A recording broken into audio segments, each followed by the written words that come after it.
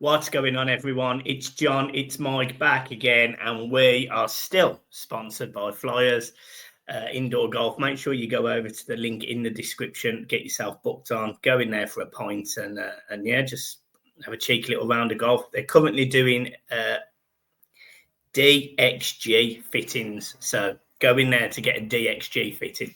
That's it. There you go. Yeah, would it help if you explain to people what that is and me? But people who would know will know what I've just said. Why are they selling suits? DXG's golf clubs, dickhead. Oh. Jesus. Right. Blackburn. Yeah. No centre midfielder, no right winger. And the days tick along, don't they? They reach the deadline of when you wanted them in. Yeah, doesn't look like we'll have a right winger and another midfielder in by the time we go to Ewood Park on Saturday. Jordan Pickford. No. What? The way you said that then. Well, it's true, isn't it? It is. Jordan Pickford, Ndiaye, and obviously Ghana Guy will probably be involved in some way, shape, or form. They are back with the first team now. Listen, it's going to be a step up in quality, isn't it, from Accrington Stanley? No disrespect to them. I do expect it to be the same sort of format from Everton. You know, you're probably going to start the game with quite a strong team, and then you probably get the youth introduced, or he might do it the opposite way around to what he's done with Accrington Stanley. But it is a step up, and it will be nice to see the other three players back. Don't think we see Barry yet. I think the first glimpse we get of him is going to be in America. Yeah, I think you're right. I think it'll be another opportunity for some of the younger players. Again, I've got absolutely no issues with seeing people like Clark, for example, Isaac Heath. I thought they both did well when they come on. I don't have an issue with them starting this game, for example. I thought Tim was okay. I want to see more from other players. But all in all, again, this is just another game of fitness with a ramp up in quality, isn't it? So, you know, if people say, what's your starting 11? I don't know. If people say, what do you want out the game? I don't want to lose. And it really is as simple as that. It's quite boring, really, but it is how it is. There's not really much else to add apart from I'd like to see a little bit more vigour, a few more goals, and just do better. Right, I'd like to see more quality, and I'd like to see less wayward passes from certain players. Mikalenko was guilty of that. Obviously, I mentioned Alcaraz the other night. He was guilty of that. I want to see more from players who a lot of people will still probably say that he starts the season for us, as in James Garner. I want to see more from him from the other night. And going back to Clark, you know, if David Moyes is going to pick the starting 11 on Saturday against Blackburn based on merit of the performances from Accrington Stanley, then it wouldn't surprise me if Clark starts on the right-hand side, because at the end of the day, who else is there to start there? Well, yeah, it's either that or he plays, you know, a Lilliman and Ndiaye, who we know has played on the right for Senegal. Dwight McNeil, we saw come on against Nottingham Forest and play on the right. So, yeah, I mean,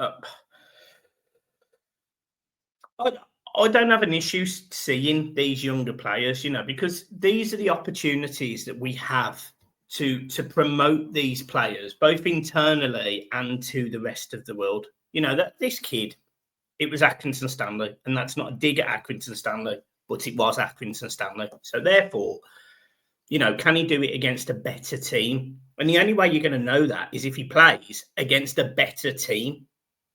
I'll ask you a question just while we're talking about the youngsters. If Clark puts another decent performance in on Saturday and then gets on that plane to America and shows quality of what we see in the other night, again, it is going to be another step up in quality for the opposition. But if we see glimpses of quality from Clark against Premier League teams, would you still be happy if Everton loan him out for a season, or would you keep him in and around the first team? Is he ready, do you think? So this depends on the person you ask the question to, I think, because I could imagine that me will have a different answer to you, for example, or someone else. I truly believe that 16-year-olds in the Premier League across the country don't get the chance to promote their skills, their quality, their whatever else, right? And they just don't get the opportunity. If he is in America and he puts in decent 30 minutes against Bournemouth, decent 30 minutes against Man United, decent 30 minutes against West Ham, then he's demonstrated to me that he's a player that can play in an Everton first team, especially when there isn't a right winger. So for that, I wouldn't loan him. But we have done this before. So, for example, we saw Ross Barkley come into an Everton team. He started for Everton. He then got loaned out and then come back. We've seen Jared Branthwaite play for Everton, then get loaned out, then come back and play for Everton. So I don't have an issue if that's what happens. And he has an opportunity this season in and around the first team, 16, 17 years old. He could be the next coming of Yami Yamal. Who knows? I don't know. Or it doesn't work. But he's only going to lose up to January, potentially. You can loan him in January. He's only going to lose 3 or 4 months. But even in that time, he's going to be training with the first team. He might play the odd under-21 game. So for me, I'd be tempted to keep him. But I would sort of give it until January. You know, if he does get the odd minute here or there and he does create the odd moment of magic, then yeah, fair enough, keep him, no problem. But if not, you loan him out and you give him that exposure. We ain't going to know that, in my opinion, until the minimum this game, but the latest, the tournaments. I think as well, listen, I think, well, a lot of Everton fans who I've spoke to and, you know, social media really heap praise on him, just like you did. I think that was when I started to nod off when he come on. So I didn't really see it until I watched the highlights back with the little flicks and stuff. Listen, there's a player there. There's a player for David Moyes to work with, or whichever manager of the club he goes to if he goes on loan. We've seen loan deals work. We've seen it with Jared Branthwaite. It worked a treat for him. Sometimes loan moves don't work for certain players. But what I will say, even though we've seen glimpses of what he can do, even if he goes to America and he's the best player out of the entire squad for them 3 games, it's still not enough just to keep him. We still have to go out and get that quality right winger, in my opinion. Oh yeah, of course, and we've got to. We absolutely have got to, because if he doesn't, then I mean we're in a right mess. Realistically, if he doesn't sign a right winger, we're in a right mess. And you were right. You highlighted this. You said the right wing is the most important signing. It was a right winger was realistically more important than a centre forward, because at least we've got one of them. You know, we've got Beto who did score 10 goals last season. We literally don't have a single right winger, and the 2 we had last season, let's be realistic, were shite. So yeah, I think for me, this is almost a breath of fresh air. This means that you don't go and sign a Jack Harrison again, who would be a number 2 winger. But realistically, we still need a first choice winger. And that doesn't mean if this kid is the next coming of Lionel Messi, we still need one. I just think now he's come onto the scene, if he really performs, he's one for the future. And he's all, I think, is he 16? Is he something 16?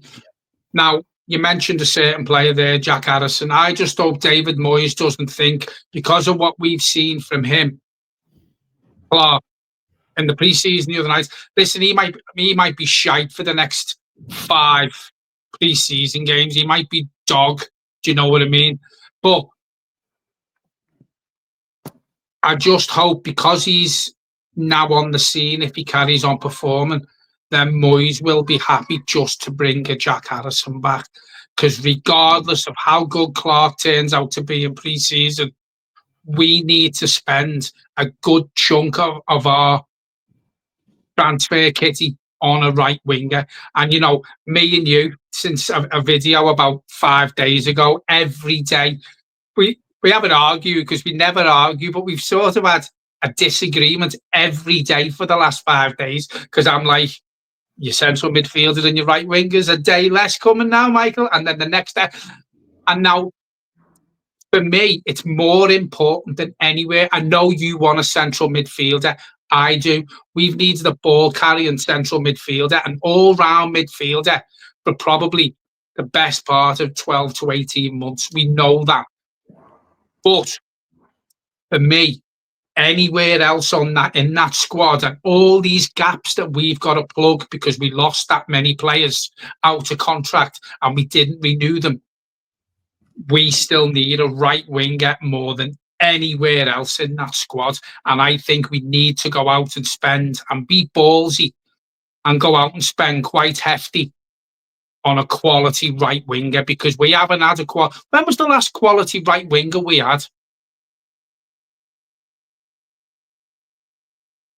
Can't hear you. Fucking Andre Kanchelskis. Mate, you're probably not wrong, not far wrong. You know, for 2 years we had to watch Jack Harrison, and when he didn't play, we had to watch Jesper Lindstrom, who got 1 assist and no goals, I think. I mean, that is shocking, mate. He's not a Premier League player, Jesper Lindstrom, and I don't think Jack Harrison is. And I'm probably going to get some abuse for saying this, because there is some people in the comments and there's people on Twitter who don't have a problem with Jack Harrison because he works hard. I'm not being funny, mate. Stuart Barlow worked hard. He was called fucking Jigsaw because he went to pieces in the box, but he still worked hard, but he wasn't good enough. So for me, Jack Harrison is not good enough to take us, and we keep saying this, he's not good enough to take us to the next level, and he's not good enough to be part of this project that we hope will start moving forward with more signings. He's not one of them who helps us whatsoever. I also think that there's a big feel. I can't believe I'm going to use the word feel. I feel like Sean Dosh. But there's a feel around the club. And I don't think it's helped, to be honest. I don't think it's helped fans that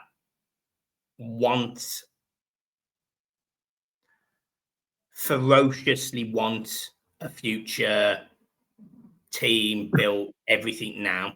I don't think it's helped, and this is not a dig at you, by the way, but I don't think it's helped people like you, where you wanted on the 1st of July to run into this signings. You wanted Everton to be on the front foot. You wanted the right winger thing approached, and all the things that every Everton. What date is it now? 17th. So this now, the fact that all of this stuff is going on, us as fans are hoping, you know, new owners, new story, new future, new excitement. And the signing they make is Jack Harrison would be horrendous. But it would be horrendous. And as I said, you know, from the 1st of July, listen, I didn't want Everton to go out and put 10 bids in on the 1st of July and have them all signed by the 2nd of July. Everton don't work like that. Football doesn't work like that. Transfer windows don't work like that. But we're now 17 days into July, when the PSR restriction that was hanging over our head up until the 30th of June, it's a thing of the past. And since the 1st of July, we've added a goalkeeper for 5 million. Yes, we needed a backup goalkeeper. I'm fine with it. It could have been anyone as a backup goalkeeper. I'm not too fussed. We've added Barry, who we haven't seen yet, for about 27 million quid. That's it. All right, we've added Michael Keane back. We've added Alcaraz. We've signed Garner guy back up. But it's still not good enough. 17 days into July, when I wanted to hit the ground running in pre-season, You know, the players have been back 8 days. Am I right in saying 8, 9 days? Right. So that still takes you to the middle.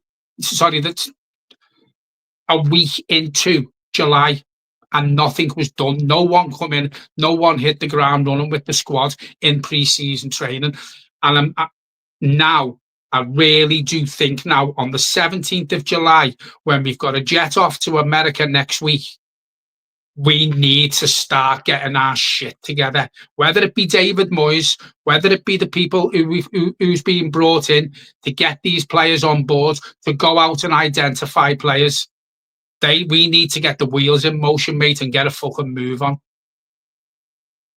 Yeah, and I don't disagree with that. And the longer this goes, I'll sort of set myself a date in the head, and it was when that plane goes to America. I don't know what day the flight is, but whatever day that is, I wanted a right winger, a centre midfielder, a second choice goalkeeper, and a striker. And I would have been okay for the rest. You know, a second choice Leicester right back, I would have been okay with waiting a little bit for a loan or something. But for those core players, I think are so key. I wanted them on that plane, and I still want them on that plane. Can I just ask you another question while we're talking about transfers? Sorry to butt in. Do you know, because there was that much change in the background with David Moyes, you know, being put in charge of practically transfers, he's got a big say on it now. The director of football title going, you know, we brought Angus Kinnear in, we've brought Cox in, we've brought someone in from Man U who can't come till the end of the transfer window. Do you think, because there's been that many changes in the background, do you think it's had an effect on why Everton haven't done much business? And we keep going on about the 1st of July. That's when we can spend money. Do you think that's had a detrimental effect on the first 17 days of Everton's transfer window with the amount of changes that were done in the background? I hope so. I hope so, because if the reason is that nobody dithering Dave is just not putting his finger out and not signing players, then that's even worse, in my opinion. So I hope it's a case of they are putting the stuff together, they're rewriting who the targets was and all of this rubbish, because I can semi-accept it if there's a reason. But at this moment in time, it feels like this has been delayed. We're getting very little out of the club. I'm concerned about some of the things that have already happened in the club in terms of, you know, for example, the way that the club's been ran in terms of like season ticket holders having to pay for the streams and stuff like that. So I get the club commercially is probably sorting itself out. Don't have an issue with that. Fine. But it can't hamper the recruitment. And if it is hampering the recruitment, if that board, that team behind are coming out at the end of this transfer window and go, look, we're sorry it started slow. It was us. It's on us. We were just trying to sort it out a little bit. Blah, blah, blah, blah. Then I can semi-accept it. But the facts are, none of us know, which is meaning you've got people's heads falling off. I mean, no disrespect, John. Last week, your head was falling off every single conversation we were having. You were almost shouting at me at one point, right? And by the way, that's not a dig at you, because there is thousands of other Everton fans that are feeling exactly the same, because they simply do not know what's going on, because they don't know what's going on in the press. They don't know what they're being told. The information's not being coming out. And as much as I think some of it's a good thing, I don't think the communication's been great. I don't think the communication's been great from Angus Kinnear. I don't think the communication's been great around our summer project. And I don't think the recruitment process so far has been brilliant, because we don't know what's going on. Like, none of us know what's going on.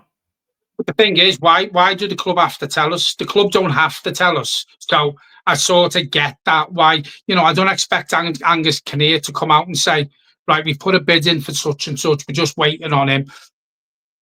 That doesn't bother me.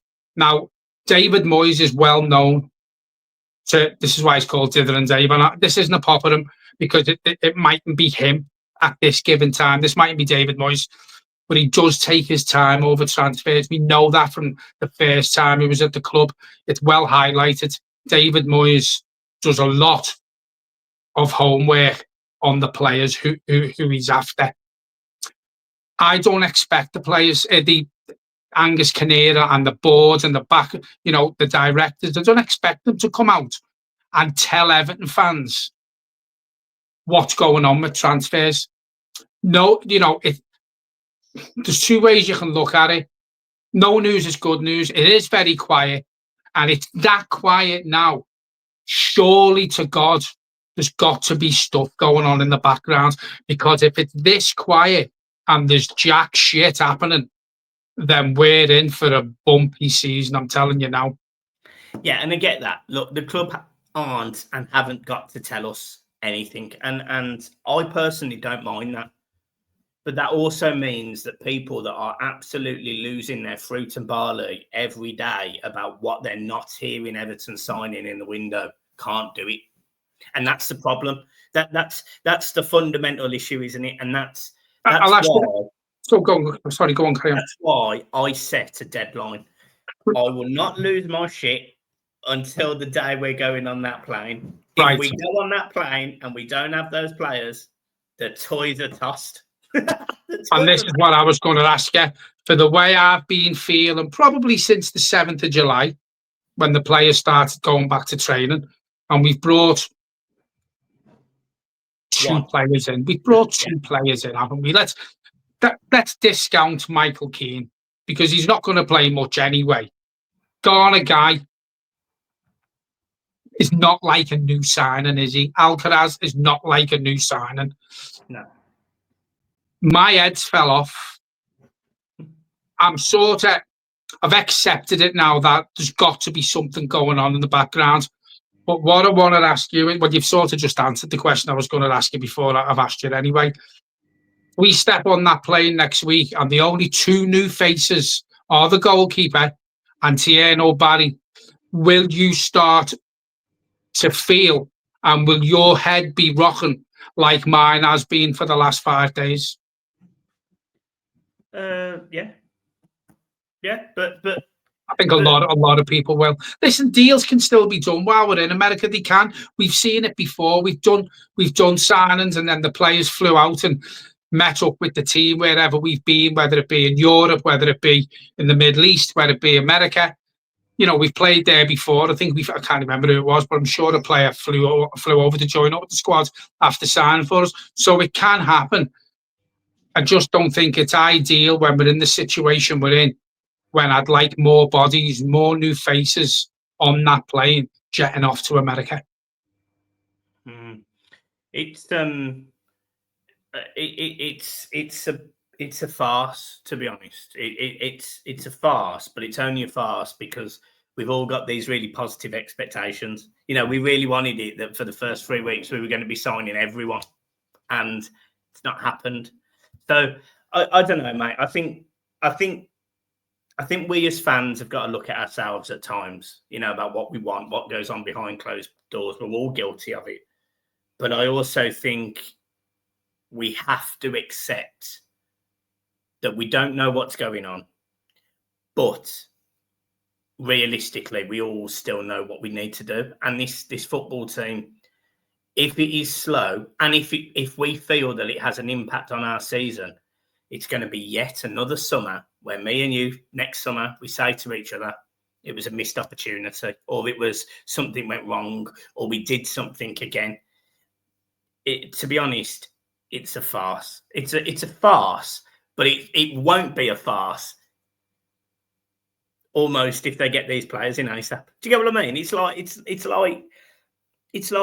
and it has to be a player that makes me, you, and the rest of the fans go, yes, what a sign. Yeah, totally agree. Yeah, even like, I'm forgetting his name, fella from Juventus, there's more rumours today that Everton have won the race. Alan Myers basically shit all over our video last night, the second part of it, when apparently there's no truth in it. So we don't know. It's come from the Juventus press. We don't know. But going back to what you've just said about, we've just got to accept it. We've just got to wait. We're hoping for this big name, and then that'll sort of put a smile back on everyone's face if it's a big name. But if we're waiting and waiting and waiting, and the fucking name that's paraded at Bramley-Moore and has got to fly out to meet up to the squad, and not the certain Jack Harrison, then my head will fall off. Yeah. Right. We'll leave it there. Score prediction. This is a preview, and we've ended up doing everything else. 2-1 Everton. Yeah, I agree. 2-1 Everton.